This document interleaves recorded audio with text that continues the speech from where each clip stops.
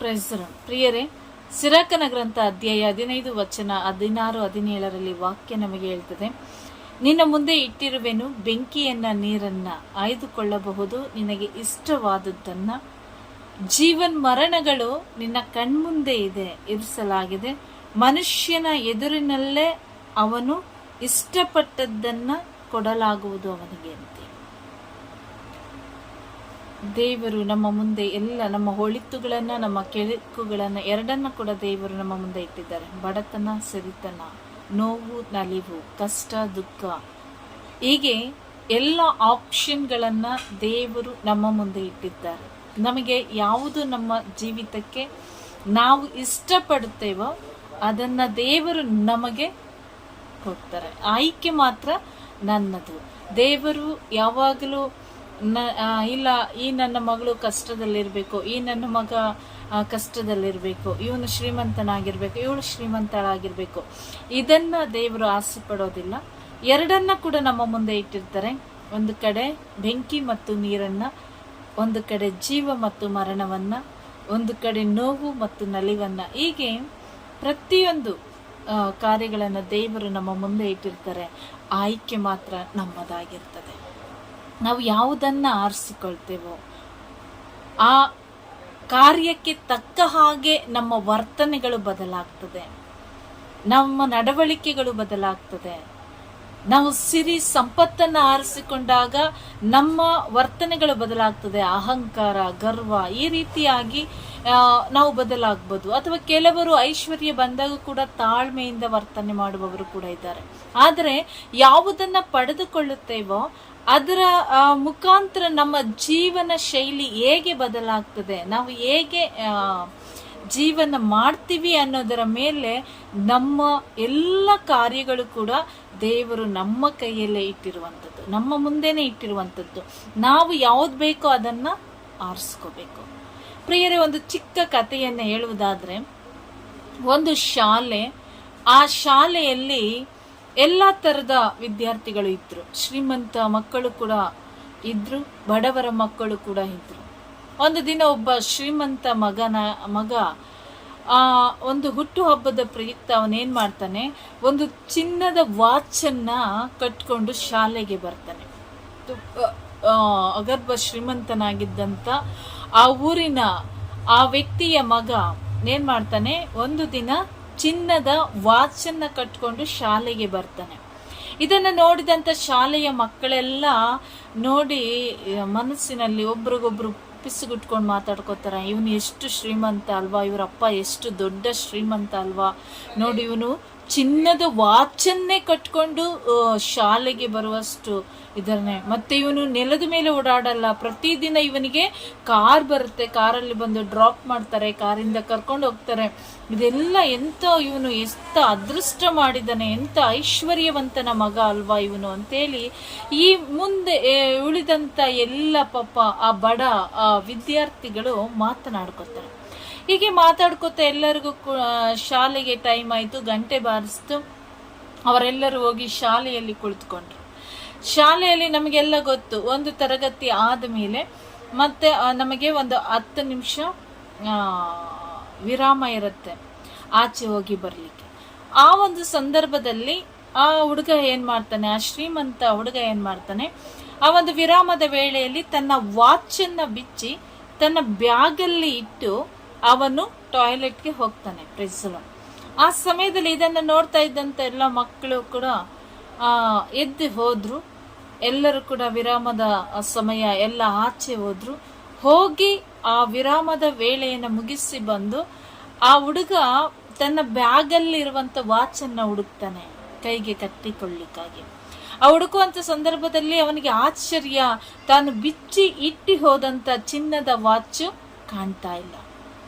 ಆಗ ಜೋರಾಗಿ ಅಳ್ತಾ ತನ್ನ ಗುರುಗಳಿಗೆ ಹೇಳ್ತಾನೆ, ತನ್ನ ವಿದ್ಯೆಯನ್ನು ಕಲಿಸುವಂತ ಗುರುಗಳಿಗೆ, ಟೀಚರ್ಗೆ ಹೇಳ್ತಾನೆ, ಸರ್ ನನ್ನ ವಾಚು ಕಳೆದೋಗ್ಬಿಟ್ಟಿದೆ. ಅವನ ಅಳೋದನ್ನ ನೋಡಿ ಆ ಮಾಸ್ಟರು, ಆ ಗುರುಗಳು ಅವನನ್ನ ಸಮಾಧಾನ ಪಡಿಸ್ತಾರೆ. ಏನೂ ಆಗಲ್ಲ, ನಿನ್ನ ವಾಚು ನಿನಗೆ ಸಿಗುತ್ತೆ, ಎಲ್ಲೂ ಹೋಗಲ್ಲ, ನೀನು ಸಮಾಧಾನ ಮಾಡ್ಕೊ ಅಂತೇಳಿ. ಆ ಹುಡುಗ ಹೇಳ್ತಾನೆ, ಇಲ್ಲ ನಾನು ಈ ಒಂದು ಚಿನ್ನದ ವಾಚನ್ನ ಕಳ್ಕೊಂಡು ಮನೆಗೆ ಹೋದ್ರೆ ನನ್ನ ಅಪ್ಪ ನನ್ನನ್ನು ಬಿಡಲ್ಲ, ಹೊಡಿತಾರೆ ಅಂತೇಳಿ ಅವನು ಜೋರಾಗಿ ಆಡುವಂಥ ಸಂದರ್ಭದಲ್ಲಿ ಅಲ್ಲಿನ ಮಾಸ್ಟರ್, ಆ ಒಂದು ಸ್ಕೂಲಿನ ಟೀಚರು ಅವನನ್ನ ಸಮಾಧಾನ ಪಡಿಸಿ, ಸರಿ ನೀನು ಸಮಾಧಾನ ಮಾಡ್ಕೊ, ಇನ್ನು ಒಂದು 10 ನಿಮಿಷದಲ್ಲಿ ನಿನ್ನ ವಾಚು ನಿನ್ನ ಬಳಿಗೆ ಬರುವಂತೆ ನಾನು ಮಾಡ್ತೀನಿ ಅಂತೇಳಿ. ಆಗ ಈ ಮಾಸ್ಟರ್ ಗುರುಗಳು ಒಂದು ಐಡಿಯಾವನ್ನ ಮಾಡ್ತಾರೆ. ಐಡಿಯಾ ಏನು ಅಂತ ಹೇಳಿದ್ರೆ, ಅವರು ಆಚೆ ಹೋಗಿ ಸ್ವಲ್ಪ ಬಟ್ಟೆಯ ಪೀಸ್ಗಳನ್ನು ತೆಗೆದುಕೊಂಡು ಬರ್ತಾರೆ. ಬಟ್ಟೆಯ ಪೀಸ್ಗಳನ್ನೆಲ್ಲ ತೆಗೆದುಕೊಂಡು ಬಂದು ಮಕ್ಕಳ ಹತ್ರ ಕೇಳ್ತಾರೆ, ಮಕ್ಕಳೇ ಯಾರಾದ್ರೂ ಇವನ ಚಿನ್ನದ ವಾಚನ್ನ ತೆಗೆದುಕೊಂಡಿದ್ರೆ ವಾಪಸ್ ಕೊಟ್ಬಿಡಿ ಅಂತ. ಆದ್ರೆ ಈ ಚಿನ್ನದ ವಾಚನ್ನ ತೆಗೆದುಕೊಂಡಿದ್ದಂತ ಹುಡುಗ ಭಯ ಪಡ್ತಾ ಇರ್ತಾನೆ, ಅವನಿಗೆ ಕೊಡುವಂತ ಧೈರ್ಯ ಇರಲ್ಲ. ಆಗ ಈ ಮಾಸ್ಟರ್ ಒಂದು ಐಡಿಯಾ ಮಾಡಿ ಆ ತಂದಂತ ಬಟ್ಟೆಯನ್ನ ಅವರು ಪೀಸ್ಗಳನ್ನಾಗಿ ಮಾಡಿ ಎಲ್ಲ ಮಕ್ಕಳ ಕೈಯಲ್ಲಿ ಕೊಟ್ಟು ಹೇಳ್ತಾರೆ, ಎಲ್ಲರೂ ಕಣ್ಣಿಗೆ ಬಟ್ಟೆಯನ್ನ ಕಟ್ಕೋಬೇಕು. ಆಗ ಎಲ್ಲ ಮಕ್ಕಳು ಈ ಶ್ರೀಮಂತ ಹುಡುಗನಿಂದ ಹಿಡಿದು ಆ ಶಾಲೆಯಲ್ಲಿ ಇದ್ದಂತ ಪ್ರತಿಯೊಂದು ಮಕ್ಕಳಿಗೂ ಕಣ್ಣಿಗೂ ಬಟ್ಟೆಯನ್ನ ಕಟ್ಟಲಾಗ್ತದೆ. ಆ ಬಟ್ಟೆಯನ್ನ ಯಾಕೆ ಕಟ್ಟಿದ್ರು ಅಂತೇಳಿ ಮಾಸ್ಟರ್ ಹೇಳ್ತಾರೆ, ಈಗ ಒಬ್ಬ ಹುಡುಗನ ಹತ್ರ ವಾಚ್ ಸಿಕ್ಕಿದ್ರೆ ಉಳಿದಂತ ನೋಡಿದವರೆಲ್ಲ ಅವನನ್ನ ಕಳ್ಳ ಎಂಬುದಾಗಿ ಪರಿಗಣಿಸ್ತಾರೆ. ಅವನನ್ನ ನೋಡುವಂತ ರೀತಿ ಬೇರೆ ಆಗಿರುತ್ತೆ. ಅದಕ್ಕೆ ಏನ್ ಮಾಡಿದ್ರು ಈ ಮಾಸ್ಟ್ರು, ಎಲ್ಲರ ಕಣ್ಣುಗಳಿಗೆ ಬಟ್ಟೆಯನ್ನ ಕಟ್ಟಿ ಅವರು ಒಬ್ಬೊಬ್ಬರನ್ನೇ ಕರೆದು ಚೆಕ್ ಮಾಡ್ತಾರೆ ಅವರನ್ನ, ಯಾರ ಹತ್ರ ವಾಚ್ ಇದೆ ಅಂತೇಳಿ. ಅವರ ಬ್ಯಾಗ್ ಇಂದ ಹಿಡಿದು ಅವರ ಜೇಬುಗಳನ್ನೆಲ್ಲ ಮಾಸ್ಟರ್ ಚೆಕ್ ಮಾಡ್ತಾರೆ. ಚೆಕ್ ಮಾಡ್ತಾ ಒಬ್ಬರಾದ್ಮೇಲೆ ಒಬ್ರು ಬರುವಂತ ಸಂದರ್ಭದಲ್ಲಿ ವಾಚನ್ನ ಕದ್ದಿದ್ದಂತ ಆ ಹುಡುಗನ ಸಮಯ ಬಂದಾಗ ಅವನು ತುಂಬಾ ನಡುತ್ತಾ ಇರ್ತಾನೆ, ಭಯ ಪಡ್ತಾ ಇರ್ತಾನೆ. ಯಾಕೆಂದ್ರೆ ವಾಚು ಅವನ ಜೋಬಲ್ಲಿತ್ತು. ಆಗ ಆ ಮಾಸ್ಟರ್ ಏನ್ ಮಾಡ್ತಾರೆ, ಆ ವಾಚನ್ನ ತೆಗೆದುಕೊಂಡು ಎಲ್ಲ ಮಕ್ಕಳನ್ನು ಕೂಡ ಚೆಕ್ ಮಾಡ್ತಾರೆ. ಒಬ್ಬರನ್ನು ಬಿಡದಾಗೆ ಎಲ್ಲ ಮಕ್ಕಳನ್ನು ಚೆಕ್ ಮಾಡಿ ಅವರವರ ಜಾಗಕ್ಕೆ ಕಳಿಸಿ ಮಾಸ್ಟರ್ ಹೇಳ್ತಾರೆ, ಆ ಬಟ್ಟೆಯನ್ನ ತೆಗೀರಿ. ಬಟ್ಟೆಯನ್ನ ತೆಗೆದಾಗ ಆ ಮಾಸ್ಟರ್ ಹೇಳ್ತಾರೆ, ನೋಡು, ನಾನು ಯಾರ ಜೋಬುಗಳನ್ನು ಚೆಕ್ ಮಾಡಿದ್ದೇನೋ ಅದರ ನಿಮಿತ್ತ ನನಗೆ ವಾಚ್ ಸಿಕ್ಕಿದೆ ಅಂತೇಳಿ ಆ ಅಳುತ್ತಿದ್ದಂಥ ಮಗನನ್ನ ಅವರ ಕರೆದು, ಶ್ರೀಮಂತ ಮಗನನ್ನ ಕರೆದು ಆ ವಾಚನ್ನು ಕೊಟ್ಟು, ತಗೋ ನಿನ್ನ ವಾಚು, ಅಳ್ಬೇಡ, ಸಮಾಧಾನ ಮಾಡ್ಕೊ ಅಂತ. ಆದರೆ ಈ ಕದ್ದಿದ್ದಂಥ ಹುಡುಗನಿಗೆ ಒಂದು ಭಯ, ಮಾಸ್ಟರು ನನ್ನ ಜೋಬಿನಲ್ಲಿ ವಾಚನ್ನು ತೆಗೆದಿರುವಂತ ಈ ಮಾಸ್ಟರ್ ಎಲ್ಲ ನನ್ನ ಸ್ನೇಹಿತರ ಮುಂದೆ ನನ್ನ ಹೆಸರನ್ನ ಹೇಳಿ ಅವಮಾನ ಪಡಿಸಿಬಿಡ್ತಾರೋ ಅನ್ನುವಂಥ ಒಂದು ಭಯ ಅವನಲ್ಲಿ ಇತ್ತು. ಆ ಭಯದಲ್ಲಿ ಅವನೇನ್ ಮಾಡ್ತಾನೆ, ಪ್ರತಿದಿನ ಶಾಲೆಗೆ ಬರುವಾಗ 1 ದಿನ 2 ದಿನ 1 ವಾರ ಆದ್ರೂ ಕೂಡ ಆ ಮಾಸ್ಟರ್ ಇವನ ಹೆಸರನ್ನ ಹೇಳಲ್ಲ. ಇವನಿಗೆ ಒಂದು ರೀತಿಯ ಭಯ, ಯಾಕೆಂದ್ರೆ ತಪ್ಪು ಮಾಡಿದಾಗ ನಮ್ಮಲ್ಲಿ ಭಯ, ಸಹಜವಾಗಿ ಭಯ ಮೂಡ್ತದೆ. ಆ ಭಯದಲ್ಲಿ ಈ ಮಗ ಇದ್ದ. ಪ್ರತಿದಿನ ಅವನ ಶಾಲೆಯ ಆ ದಿನಗಳು ಮುಗಿಯುವವರೆಗೂ, ಆ ವರ್ಷಗಳು ಮುಗಿಯುವವರೆಗೂ, ಅವನು SSLC ಮುಗಿಸುವವರೆಗೂ ಅವನಲ್ಲಿ ಒಂದು ರೀತಿಯ ಭಯ. ಮಾಸ್ಟರ್ನ ಆ ಗುರುಗಳನ್ನ ನೋಡಿದಾಗ್ಲೆಲ್ಲ ಅವನಲ್ಲಿ ಭಯ. ಗುರುಗಳು ಎಲ್ಲಿ ಯಾರ ಹತ್ರ ಹೇಳ್ಬಿಡ್ತಾರೋ ನಾನು ಕಳ್ಳ ಅಂತೇಳಿ. ಆ ಒಂದು ಭಯದಲ್ಲಿ ಆ ಮಗ ಆ SSLC ಎಕ್ಸಾಮ್ ಅನ್ನ ಬರೆದು ಅವನು TC ತಗೊಂಡು ಶಾಲೆಯಿಂದ ಹೋಗ್ತಾನೆ. ಹೋಗಿ ಸುಮಾರು ವರ್ಷಗಳು ಕಳೆದಾದ್ಮೇಲೆ ಒಂದು ದಿನ ಯಾವುದೋ ಒಂದು ಸಮಾರಂಭಕ್ಕೆ ಮುಖ್ಯ ಅತಿಥಿಯಾಗಿ ಆ ಹುಡುಗನನ್ನ ಕರೆದಿರ್ತಾರೆ. ಹಲ್ಲೆಲೂಯಾ. ಆ ಒಂದು ಏನು ಮೀಟಿಂಗ್ ಅಥವಾ ಒಂದು ಸಭೆ, ಒಂದು ಫಂಕ್ಷನ್, ಆ ಒಂದು ಇದಕ್ಕೆ ಈ ಹುಡುಗನೇ ಮೂಲ ಕೇಂದ್ರ ಬಿಂದು. ಅಂದ್ರೆ ಇವನೇ ಅದನ್ನ ಅರೇಂಜ್ ಮಾಡಿ ಇವನೇನ್ ಮಾಡಿರ್ತಾನೆ, ಎಲ್ಲರನ್ನ ಇನ್ವೈಟ್ ಮಾಡಿರ್ತಾನೆ. ಅವನಿಗೆ ಓದಿಸಿದಂತ ಎಲ್ಲ ಟೀಚರ್ಸ್ಗಳು, ಮಾಸ್ಟರ್ಗಳು, ಪ್ರತಿಯೊಬ್ಬರಿಗೂ ಕೂಡ ಒಂದು ಆಹ್ವಾನ ಪತ್ರಿಕೆಯನ್ನು ಕೊಟ್ಟು ಆ ಒಂದು ಇದಕ್ಕೆ ಪಾರ್ಟಿಗೆ ಎಲ್ಲರನ್ನ ಆಹ್ವಾನಿಸುತ್ತಾನೆ. ಎಲ್ಲರೂ ಕೂಡ ಬಂದಿರ್ತಾರೆ. ಅದರಲ್ಲಿ ಇವನಿಗೆ ಕಲಿಸಿಕೊಟ್ಟಂತ ಈ ಮಾಸ್ಟರ್ ಕೂಡ ಬಂದಿರ್ತಾರೆ. ಅವನು ಬೆಳೆದು ಒಂದು ದೊಡ್ಡ ಕಂಪನಿಯ ಮಾಲೀಕ ಆಗಿರ್ತಾನೆ. ಲಕ್ಷ ಇವತ್ತು ಅವನ ಹತ್ರ ಕೋಟಿ ಕೋಟಿ ಹಣ ಇದೆ, ಅಂತಸ್ತಿದೆ, ಎಲ್ಲ ಇದೆ. ಒಂದು ದೊಡ್ಡ ವ್ಯಕ್ತಿಯಾಗಿ ಹುಡುಗ ಮಾರ್ಪಟ್ಟಿದ್ದಾನೆ. ಇವತ್ತು ಎಲ್ಲರನ್ನ ಒಂದು ಪಾರ್ಟಿ ಇಟ್ಟು ಕರೆದಿದ್ದಾನೆ. ಅದರಲ್ಲಿ ನೋಡ್ತಾನೆ ಈ ಮಾಸ್ಟರ್ ಕೂಡ ಇದ್ದಾರೆ. ಅವನಲ್ಲಿ ಒಂದು ರೀತಿಯ ಮತ್ತೆ ಭಯ ಸ್ಟಾರ್ಟ್ ಆಯ್ತು. ನಾನು ಆ ಚಿಕ್ಕ ಪ್ರಾಯದಲ್ಲಿ ನಾನು ಮಾಡಿದಂತ ವಾಚನ್ನ, ಆ ಚಿನ್ನದ ವಾಚನ್ನ ನಾನು ಕದ್ದಿದ್ದೆ. ಅದನ್ನ ಇದೇ ಮಾಸ್ಟರ್ ನನ್ನ ಜೋಬಿನಿಂದ ತೆಗೆದಿದ್ರು. ಇದೇ ಗುರುಗಳು ನನ್ನನ್ನ ಕಂಡುಹಿಡ್ದಿದ್ರು. ಇವತ್ತು ನಾನು ಬೆಳೆದು ಒಬ್ಬ ದೊಡ್ಡ ವ್ಯಕ್ತಿ ಆಗಿದ್ದೀನಿ. ನನಗೆ ಒಂದು ಗೌರವ ಇದೆ ಈ ರಾಜ್ಯದಲ್ಲಿ. ನಾನೊಬ್ಬ ಗೌರವಿತ ಮನುಷ್ಯನಾಗಿ ನಾನು ಬೆಳೆದಿದ್ದೀನಿ. ಅಕಸ್ಮಾತ್ ಆಗಿ ಈ ಮಾಸ್ಟರ್ ಇವತ್ತೇನಾದ್ರೂ ನನ್ನ ಬೆಳವಣಿಗೆಯನ್ನ ಕಂಡು ಎಲ್ಲರ ಮುಂದೆ ಇವನೊಬ್ಬ ಕಳ್ಳನಾಗಿದ್ದ, ಇವನು ಕಳ್ಳ, ಎಷ್ಟು ಇವನು ಬೆಳೆದು ಬಿಟ್ಟ ಅಂತೇಳಿ ಎಲ್ಲರ ಮುಂದೆ ಎಲ್ಲಿ ಹೇಳ್ಬಿಡ್ತಾರೋ ಅನ್ನುವ ಭಯ ಮತ್ತೆ ಅವನನ್ನ ಕಾಡ್ಲಿಕ್ಕೆ ಶುರು ಮಾಡಿತು. ಆಗ ಎಲ್ಲರನ್ನ ಕೂಡ ಆಹ್ವಾನಿಸಿದಂತ ಹುಡುಗ ಎಲ್ಲರೂ ಕೂಡ ಭಾಷಣವನ್ನ ಮಾಡ್ತಾ ಇರ್ತಾರೆ. ಅವನ ಬಗ್ಗೆ ಒಂದೆರಡೆರಡು ಒಳ್ಳೆಯ ಮಾತುಗಳನ್ನ ಆಡುವಾಗ ಈ ಮಾಸ್ಟರಿನ ಸಮಯ ಬಂತು. ಆಗ ಆ ಹುಡುಗನಲ್ಲಿ ಮತ್ತೆ ಭಯ ಸ್ಟಾರ್ಟ್ ಆಗುತ್ತೆ. ನನ್ನ ಗುರುಗಳ ಕೈಗೆ ಮೈಕ್ ಹೋಗಿದೆ. ಇವತ್ತು ನಾನು ಇಷ್ಟೊಂದು ಹೆಸರು ಮಾಡಿದ್ದೀನಿ. ನನ್ನ ಈ ಒಂದು ಕಪ್ಪು ಚುಕ್ಕಿಯನ್ನ ಮಾಸ್ಟರ್ ಎಲ್ಲಾರ ಮುಂದೆ ಹೇಳ್ಬಿಡ್ತಾರಾ ಅಂತೇಳಿ. ಆಗ ಆ ಒಂದು ಮೈಕನ್ನ ತೆಗೆದುಕೊಂಡಂತ ಮಾಸ್ಟರ್ ಹೇಳಿದ್ರು, ಈ ಹುಡುಗ ನಾನು ಹೇಳಿಕೊಟ್ಟಿದ್ದು ಕಮ್ಮಿ, ಆದರೆ ಇವನು ಮಾಡಿ ತೋರಿಸಿದ್ದು ದೊಡ್ಡದು. ಇವನಿವತ್ತು ಏನು ಬೆಳೆದಿದ್ದಾನೆ ಅದಕ್ಕೆ ನನಗೆ ಖುಷಿ ಇದೆ. ದೇವರು ಇವನನ್ನ ಆಶೀರ್ವದಿಸ್ಲಿ, ಅನುಗ್ರಹಿಸ್ಲಿ, ಇವನು ಇನ್ನೂ ಎತ್ತರಕ್ಕೆ ಚೆನ್ನಾಗಿ ಬೆಳೀಲಿ ಅಂತೇಳಿ ಆಶಿಸಿ ಅವನನ್ನ ಆಶೀರ್ವಾದ ಮಾಡ್ತಾರೆ.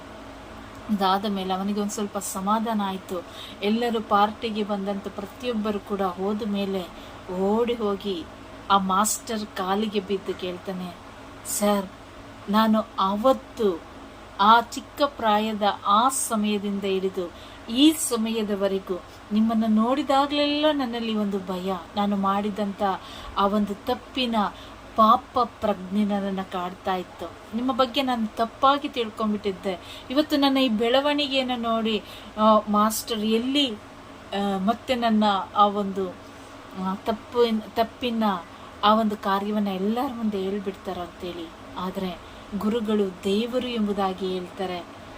ವಿದ್ಯೆಯನ್ನು ಕಲಿಸಿಕೊಡೋದಲ್ಲ, ನಾವು ತಪ್ಪು ಮಾಡಿದಾಗ ತಿದ್ದಿ ತೀಡುವಂತ ದೇವರು ನೀವು. ಅವತ್ತು ನನಗೆ ಆ ಒಂದು ಕಾರ್ಯವನ್ನ ಮಾಡಿಕೊಡದೆ ಹೋಗಿದ್ರೆ ಅವತ್ತು ನಾನು ಎಲ್ಲರ ದೃಷ್ಟಿಯಲ್ಲಿ ಒಬ್ಬ ಕಳ್ಳನಾಗಿ ಮಾರ್ಪಡ್ತಾ ಇದ್ದೆ. ಇವತ್ತು ನೋಡಿದವರೆಲ್ಲ ನನ್ನನ್ನ ಒಬ್ಬ ಕಳ್ಳನಾಗೆ ನೋಡ್ತಾ ಇದ್ರು, ಕಳ್ಳ ಅಂತಾನೆ ಕರೀತಾ ಇದ್ರು. ಆದ್ರೆ ನೀವು ಈ ಗುಟ್ಟನ್ನ ಎಲ್ಲೂ ಬಿಟ್ಕೊಡ್ಲಿಲ್ಲ ಅಂತೇಳಿ. ಪ್ರಿಯರೇ, ಈ ಕಥೆಯಿಂದ ನಾವು ಏನನ್ನ ಕಲಿತೇವೆ ಅಂತ ಹೇಳಿದ್ರೆ, ನಾವು ಮಾಡಿದಂಥ ಕಾರ್ಯಗಳ ಪಾಪ ಪ್ರಜ್ಞೆ ನಮ್ಮನ್ನ ಕಾಡುವಾಗ ನಾವು ಪಶ್ಚಾತ್ತಾಪ ಪಟ್ಟು ಅದರಿಂದ ಹೊರಗಡೆ ಬಂದ್ಬಿಡ್ಬೇಕು.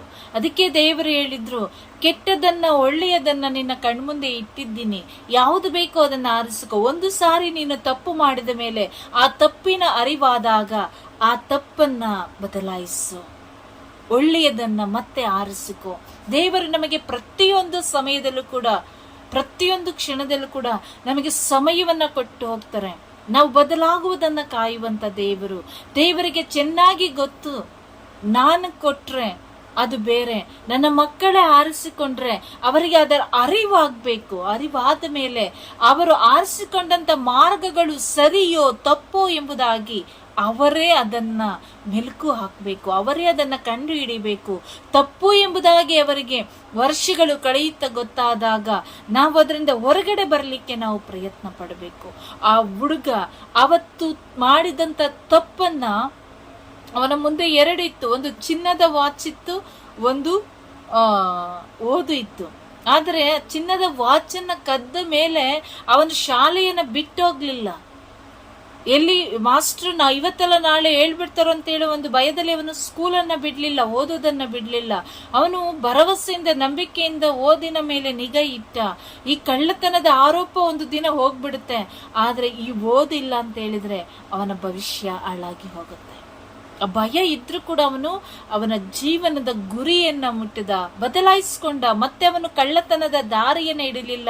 ಇದು ತಪ್ಪು ಎಂಬುದಾಗಿ ಒಬ್ಬ ಗುರುವಿನಿಂದ ಆತನಿಗೆ ಗೊತ್ತಾದಾಗ ಆ ತಪ್ಪಾದ ಮಾರ್ಗವನ್ನ ಬಿಟ್ಟು ಸನ್ಮಾರ್ಗವನ್ನ ಹಿಡಿದುಕೊಂಡ. ಅದಕ್ಕೆ ಅವನೊಬ್ಬ ಒಳ್ಳೆಯ ವ್ಯಕ್ತಿಯಾಗಿ, ಒಂದು ದೊಡ್ಡ ವ್ಯಕ್ತಿಯಾಗಿ ಮಾರ್ಪಟ್ಟ. ತನಗೆ ವಿದ್ಯೆ ಕಲಿಸಿಕೊಟ್ಟಂತ ಗುರುಗಳನ್ನ ಗೌರವಿಸಿದ.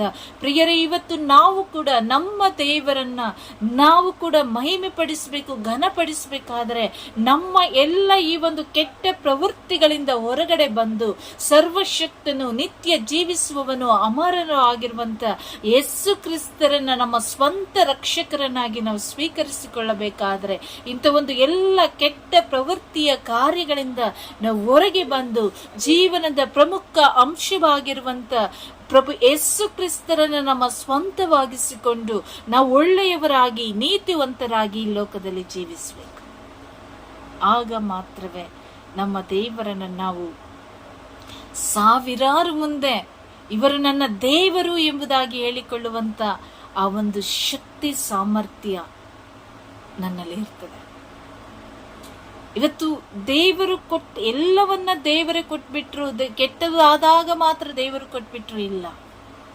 ದೇವರು ಯಾವುದನ್ನ ಕೂಡ ನಮಗೆ ಇದು ನಿನಗೆ ಎಂಬುದಾಗಿ ಕೊಡ್ಲಿಲ್ಲ, ಮುಂದೆ ಇಟ್ಟು ಹೇಳಿದ್ರು ನಿನಗೆ ಏನ್ ಬೇಕೋ ಅದನ್ನ ಆರಿಸ್ಕೊ. ಅವತ್ತ ಹುಡುಗ ಚಿನ್ನವನ್ನ ಆರಿಸ್ಕೊಂಡ್ ಬಿಟ್ಟಿದ್ದ ಅಂತ ಹೇಳಿದ್ರೆ ಅವತ್ತವನು ಕಳ್ಳನಾಗೆ ಮಾರ್ಪಡ್ತಾ ಇದ್ದ. ಅವನ ಜೀವನ ಸಂಪೂರ್ಣವಾಗಿ ಒಬ್ಬ ಜೀವನ ಪೂರ್ತಿ ಕಳ್ಳನಾಗಿ ಅವನು ಬದುಕಬೇಕಾಗಿತ್ತು. ಅವನಿಗೆ ಕೆಲವು ಆ ಒಂದು ಆದ ತಕ್ಷಣವೇ ಆ ಒಂದು ಕಳ್ಳತನ ಆಗಿ ಒಂದು 10-15 ನಿಮಿಷಗಳಲ್ಲಿ ಅವನಿಗೆ ತಪ್ಪಿನ ಅರಿವಾಯಿತು. ಇದೆಲ್ಲ ನನಗೆ ಮುಖ್ಯ, ಇದು ಮುಖ್ಯ. ಇವತ್ತು ನಾವು ಕೂಡ ಏನೆಲ್ಲ ಪ್ರಯತ್ನ ಪಟ್ಟರು ಕೂಡ ನಾವು ಒಳ್ಳೆಯದನ್ನ ಬಿಟ್ಟು ಬಿಡ್ತೀವಿ, ಕೆಟ್ಟದನ್ನ ಬೇಗ ಅಕ್ಸೆಪ್ಟ್ ಮಾಡ್ಕೊಂಡ್ಬಿಡ್ತೇವೆ. ಆದ್ರಿಂದ ನಮ್ಮ ಜೀವಿತಗಳನ್ನ ನಾವೇ ನಾಶನಕ್ಕೆ ಒಯ್ಯಲ್ಪಡ್ತಾ ಇದ್ದೀವಿ. ಇದು ದೇವರು ಹೋಗ್ತಾ ಇಲ್ಲ. ನಾವು ಅನ್ಕೋತೀವಿ ದೇವ್ರ ಕಷ್ಟ ಕೊಟ್ರು, ದೇವ್ರ ರೋಗ ಕೊಟ್ರು, ದೇವರೇ ಕೊಡ್ತಾ ಇರೋದು ಇಲ್ಲ ಅಂತೇಳಿ. ದೇವರು ಯಾವುದನ್ನ ಕೂಡ ನಮ್ಗೆ ಕೊಡ್ಲಿಲ್ಲ. ಆಪ್ಷನ್ ಅನ್ನ ನಮ್ಮ ಮುಂದೆ ಇಟ್ರು. ನಮ್ಮ ಅಹಂಕಾರದ ನಿಮಿತ್ತ, ನಮ್ಮ ಗರ್ವದ ನಿಮಿತ್ತ, ನಮ್ಮ ದುರಭ್ಯಾಸಗಳ ನಿಮಿತ್ತ, ನಮ್ಮ ಕೆಟ್ಟ ಆಲೋಚನೆಗಳ ನಿಮಿತ್ತ, ಹೊಟ್ಟೆ ಕಿಚ್ಚಿನ ನಿಮಿತ್ತ, ದುರಾಶೆಗಳ ನಿಮಿತ್ತ ಇವತ್ತು ನಾವು ಬೇಕಾದದ್ದನ್ನ ದೂರ ಮಾಡಿ ಬೇಡದೇ ಇರುವುದೆಲ್ಲವನ್ನು ಕೂಡ ನಮ್ಮ ಸ್ವಂತವಾಗಿಸಿಕೊಂಡಿದ್ದೇವೆ. ಅದರಿಂದ ದೇವರ ವಾಕ್ಯ ಹೇಳ್ತದೆ, ದೇವರು ಹೇಳ್ತಾರೆ, ಇಗೋ ಬೆಂಕಿಯನ್ನ ನೀರನ್ನ ನಿನ್ನ ಮುಂದೆ ಇಟ್ಟಿದ್ದೇನೆ, ಜೀವವನ್ನ ಮರಣವನ್ನ ಇಟ್ಟಿದ್ದೇನೆ, ಮಾನವರ ಮುಂದೆಯೇ ನೀನು ಅದನ್ನು ಆಯ್ಕೆ ಮಾಡಿಕೋ. ಸಾಕ್ಷಿಯಾಗಿ ದೇವರು ನಮಗೆ ಮನುಷ್ಯರನ್ನ ಸಾಕ್ಷಿಯಾಗಿ ಇರ್ತಾರೆ. ಇವತ್ತು ನನಗೆ ಒಳ್ಳೆ ಕೆಲಸ ಬೇಕು, ನಾನೇ ಆಯ್ಕೆ ಮಾಡ್ಕೋಬೇಕು, ನಾನು ಒಳ್ಳೆ ಮನುಷ್ಯನಾಗಿ ಬದುಕಬೇಕು, ನಾನೇ ಆಯ್ಕೆ ಮಾಡ್ಕೋಬೇಕು. ದೇವರು ಕೊಡಲ್ಲ. ನಾನು ಬದಲಾಗಬೇಕು ಅನ್ನೋದು ಮಾತ್ರ ದೇವರಿಗೆ ಆಸೆ. ಬದಲಾಗೋದು ಬಿಡೋದು ನನ್ನ ಕೈಯಲ್ಲಿದೆ. ದೇವರು ಹೇಳ್ತಾರೆ, ಅಲ್ಲಿ ಬೇಡ, ಅಲ್ಲೋದ್ರೆ ನೀನು ಸತ್ತೋಗ್ತೀಯ, ಅಲ್ಲೋದ್ರೆ ನಿನಗೆ ಮರಣ, ಈ ಕಡೆ ಬಾ, ಇದು ಜೀವ. ನೋಡು, ಇದು ಜೀವ, ಇದು ಮರಣ. ನೋಡು ಯಾವ ಕಡೆ ಹೋಗ್ತೀಯ, ಆರಿಸ್ಕೋ ನೀನೆ. ಎರಡನ್ನ ಕೂಡ ನಮ್ಮ ಮುಂದೆ ಇಟ್ಟು ದೇವರು ಆಯ್ಕೆಯನ್ನು ನಮಗೆ ಕೊಟ್ಟಿದ್ದಾರೆ. ಪ್ರಿಯರೇ, ನಾವು ಆಯ್ಕೆ ಮಾಡಿಕೊಳ್ಳೋಣ, ಉತ್ತಮವಾದದನ್ನು ಆಯ್ಕೆ ಮಾಡಿಕೊಂಡು, ದೇವರೇ ನನಗೆ ಜೀವ ಬೇಕು, ನನಗೆ ಜೀವವನ್ನು ಕರುಣಿಸಿಕೊಡಿರಿ. ನನಗೆ ಆರೋಗ್ಯ ಬೇಕು, ನನಗೆ ಆರೋಗ್ಯ ಕೊಡಿರಿ. ನಾನು ಈ ಲೋಕದಲ್ಲಿ ಜೀವಿಸಲಿಕ್ಕೆ ಸ್ವಲ್ಪ ಶ್ರೀಮಂತಿಕೆ ಬೇಕು, ಆ ಶ್ರೀಮಂತಿಕೆಯನ್ನು ಕೊಡಿರಿ. ಕೇಳಿ ಪಡೆದುಕೊಳ್ಳೋಣ. ಆದರೆ ದುರಾಸೆಯಿಂದ, ದುರಭ್ಯಾಸಗಳಿಂದ ನಾವು ಅದನ್ನು ಕಳೆದುಕೊಂಡಾಗ ನಾವು ನಾಶವಾಗಿ ಬಿಡುತ್ತೇವೆ.